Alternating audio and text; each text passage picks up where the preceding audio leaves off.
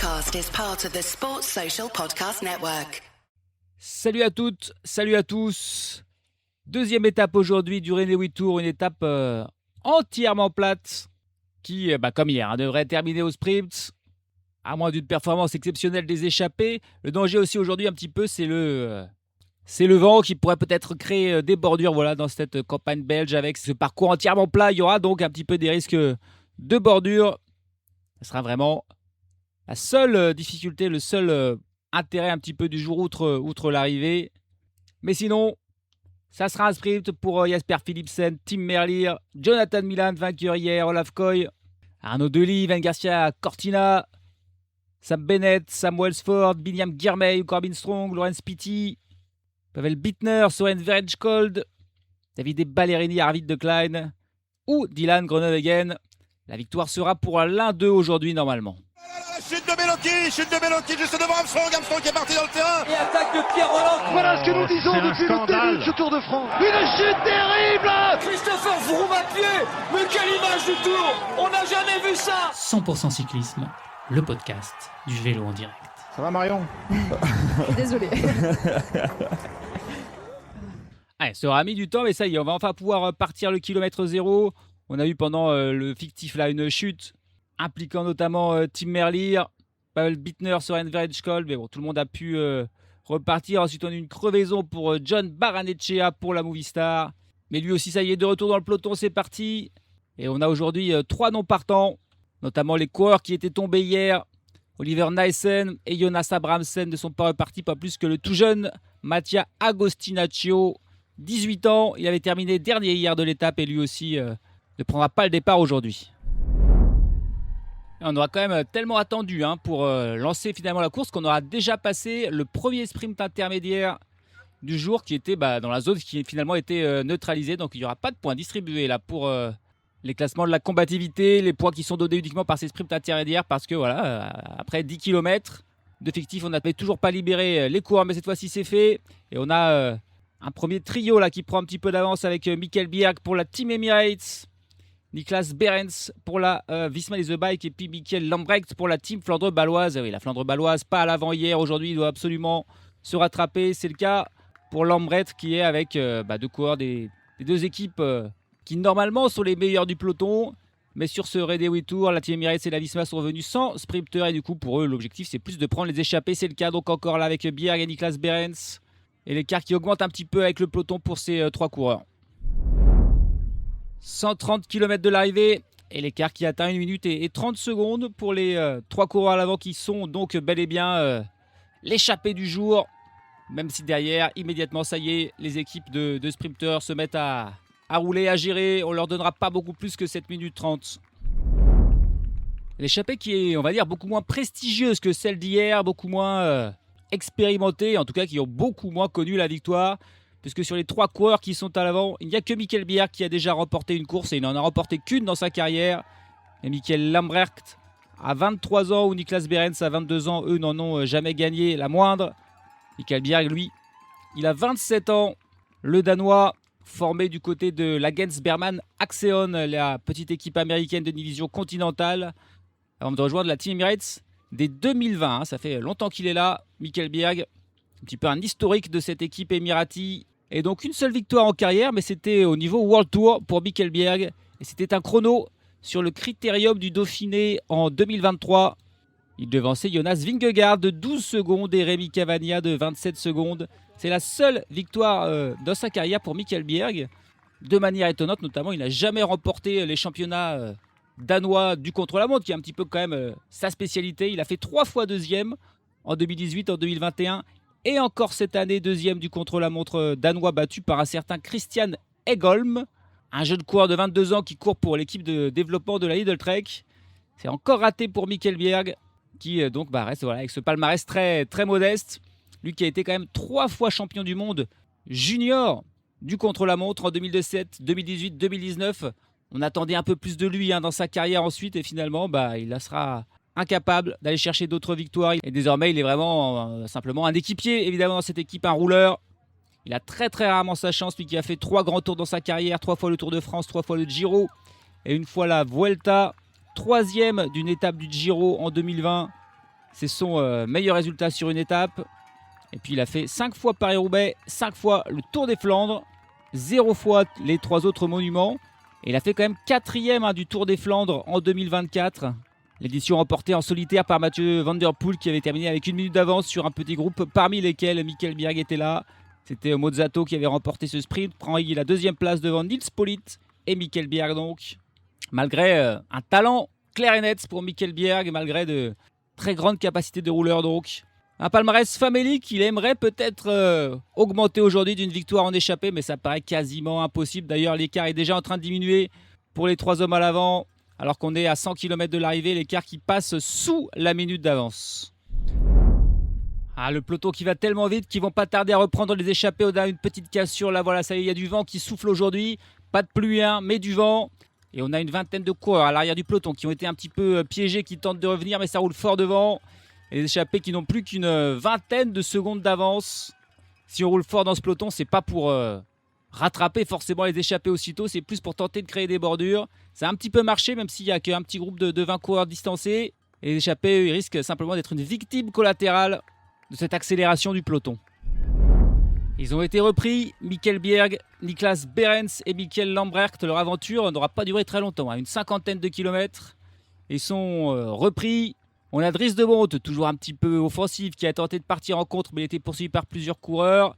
Ça n'a pas fonctionné, le peloton qui s'est regroupé, le petit groupe de retardés a réussi à revenir de l'arrière, mais ça continue à rouler très fort. On continue d'essayer de produire des bordures. Oh, attention, la chute. Oh, l'énorme chute là dans le peloton, en tête du peloton. Oh, ça tombe pour au moins 10, 15, 20 coureurs. Oh, l'énorme chute.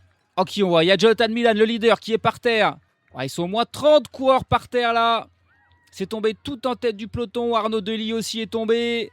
Oh, un coureur de la Movistar qui est foudrage. Oh, il pourrait y avoir neutralisation de la course là, parce que il y a énormément de coureurs qui ont été pris dans cette chute. On allait très vite, c'était une ligne droite. Et un coureur, on l'a bien vu en plus, parce qu'on avait notre hélicoptère là, qui suivait le peloton à ce moment-là, vu du haut, et c'est tombé. Et alors là, ça fait vraiment effet boule de neige. Allez, Dylan Groenewegen aussi pris dans cette chute. Pour l'instant, Jonathan Milan a l'air assez touché, il ne se relève pas. Rune Regots avec son maillot de champion Belgique, on le repère facilement, il est dans le fossé lui aussi. Quelques coureurs qui repartent petit à petit, mais on a encore bien une quinzaine de vélos et de coureurs qui sont sur le sol.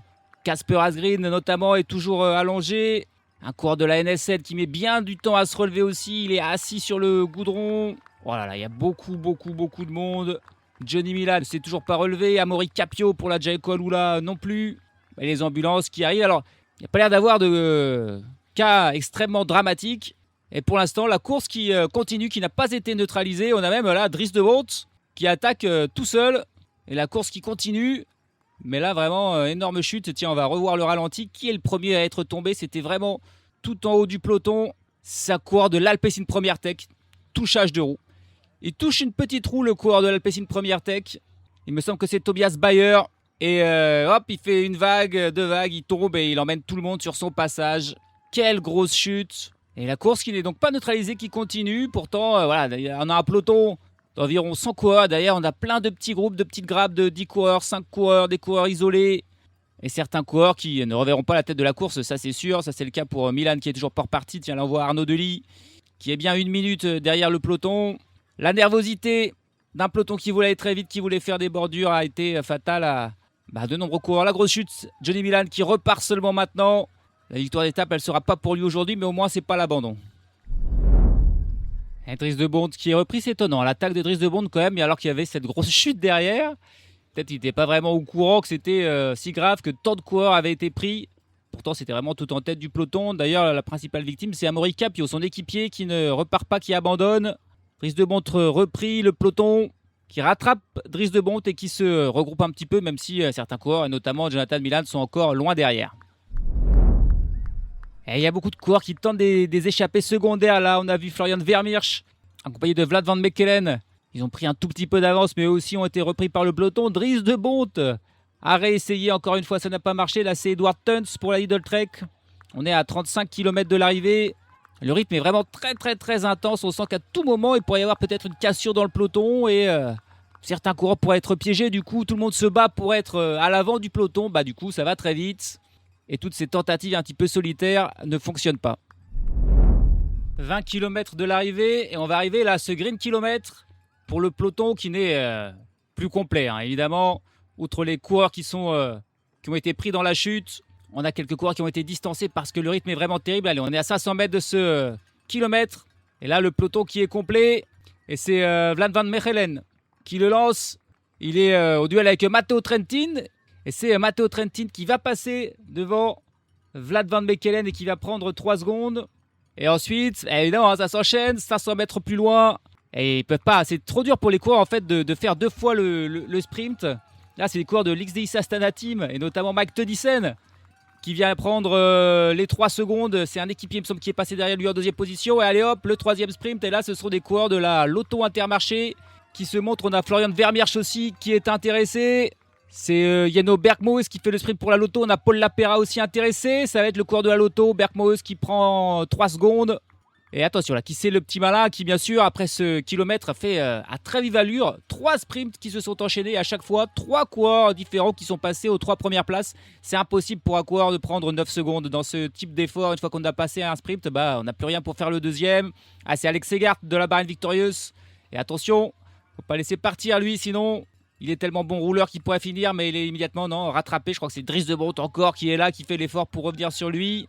Et non, mais c'était pas Bergmoes qui a fait le sprint, c'est Arnaud Delis. Il est de retour, Arnaud Delis, lui qui est tombé tout à l'heure, il est de retour dans ce peloton. Et il se permet en plus de remporter là le dernier sprint du Green Kilometer, de prendre 3 secondes devant Paul Lapera et devant Filippo Fiorelli aussi qui était là pour la Visma. C'est donc Matteo Trentin qui a remporté le premier sprint de ce Green Kilometer devant Van Mechelen et Artem Schmidt. Mike Tønnesen a remporté le deuxième devant Jenno Bergmoes qui était là en fait, et c'est pour ça qu'ensuite je pensais qu'il avait continué son effort, mais non, c'était trop dur. C'est Arnaud Delis qui a remporté le 3e et pris 3 secondes. Peloton de nouveau groupé, mais il y a plein d'attaques qui continuent, mais comment surprendre le peloton dans ce final tout plat? On aura un sprint avec la plupart des sprinteurs, même si le vainqueur d'hier, Jonathan Milan, lui, n'est pas là. Ah, c'est assez rare comme situation là, Jonathan Milan qui est en compagnie de Simone Consoni qui ferme la marche bien loin derrière le peloton.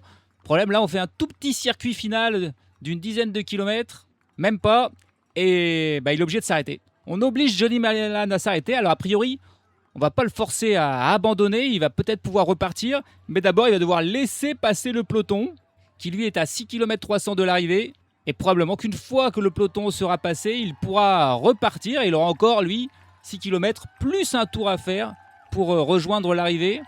Situation assez étonnante là de Milan que l'on voit discuter avec Consoni, arrêté sur le côté en attendant que le peloton passe devant lui, le dépasse et qu'il puisse reprendre la route.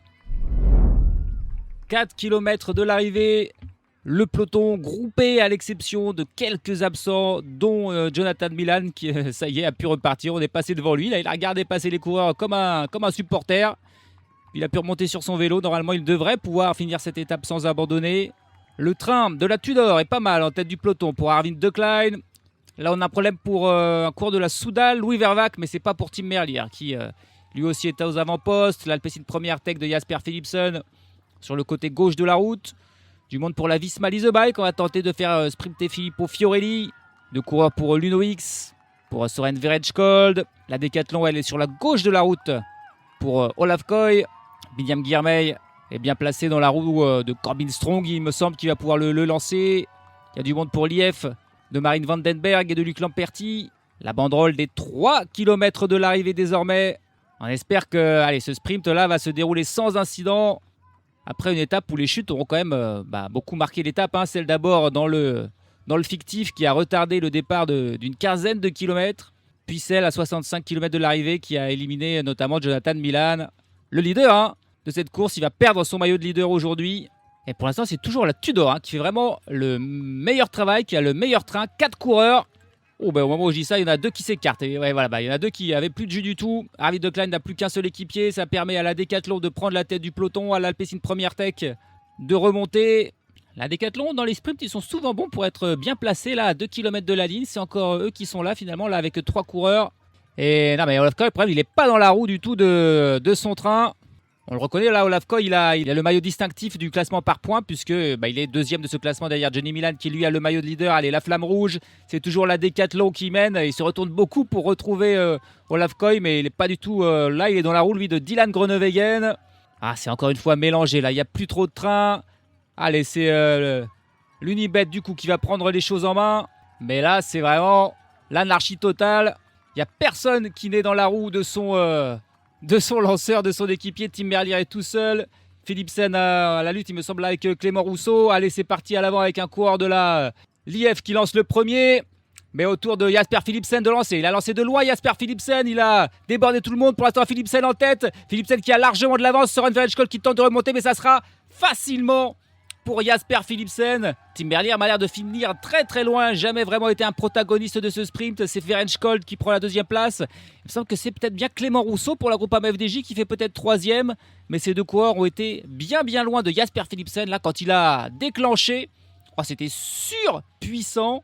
Il a immédiatement pris 2-3 mètres d'avance sur tout le monde. Et les coureurs qui étaient dans sa roue, ils ont pu juste le suivre, mais à aucun moment le rattraper ou même tenter de le remonter légèrement. Ils ont été bien loin d'inquiéter Jasper Philipsen. Pas du tout comme hier où Olaf Koy a bien failli battre Jonathan Milan.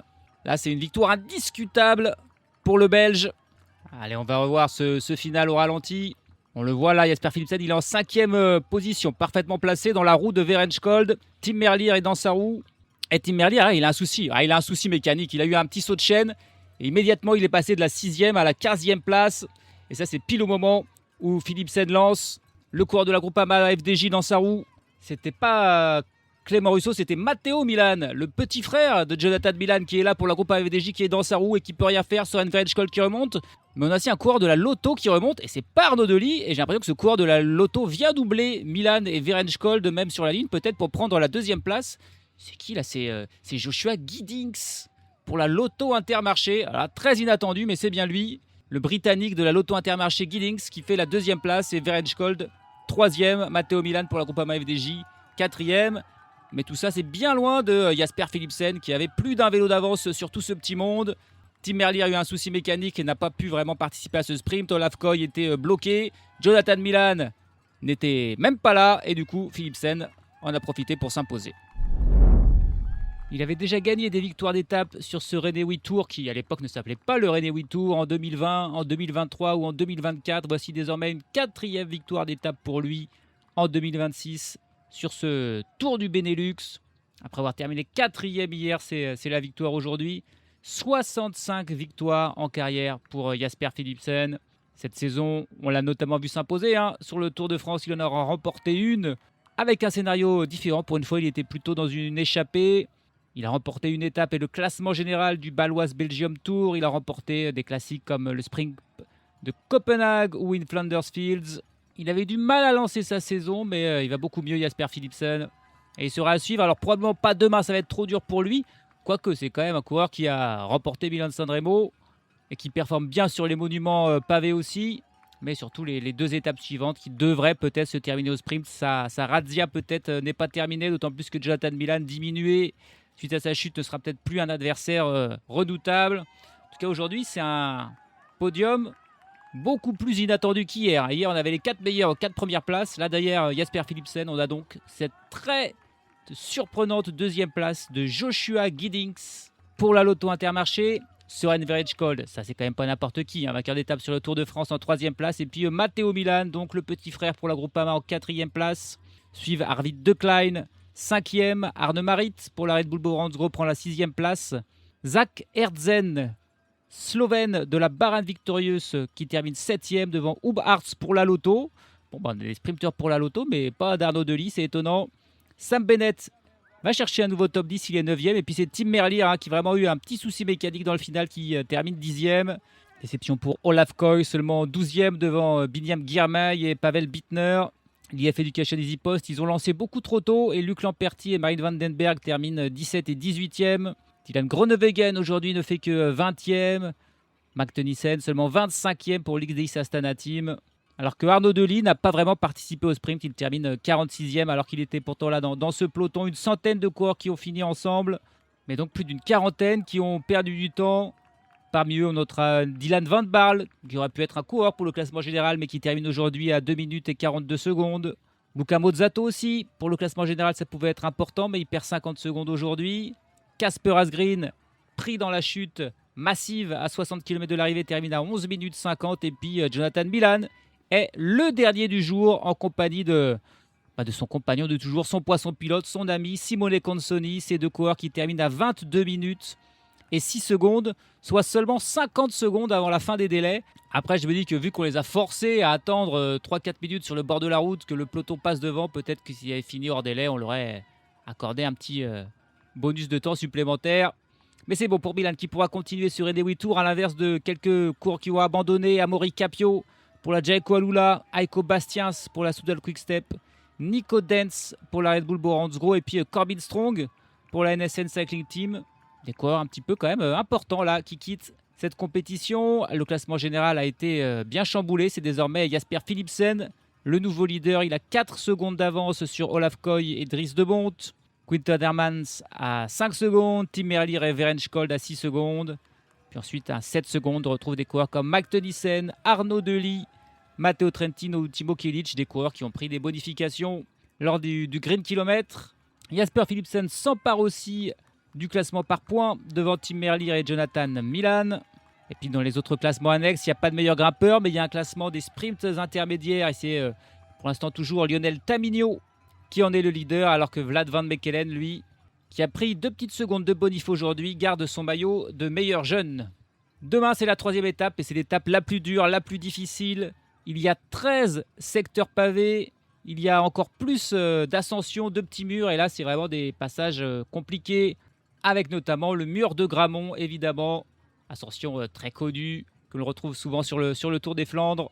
1 km 200 pavés à 7% de moyenne, que l'on franchira 2 fois. On aura aussi le Pankelberg, le Bosberg, le Paterberg. Et la dernière ascension du jour, ça sera le Denderordberg, 700 mètres à 7% de moyenne. Pavé une nouvelle fois, et ça sera seulement à 6 km de l'arrivée.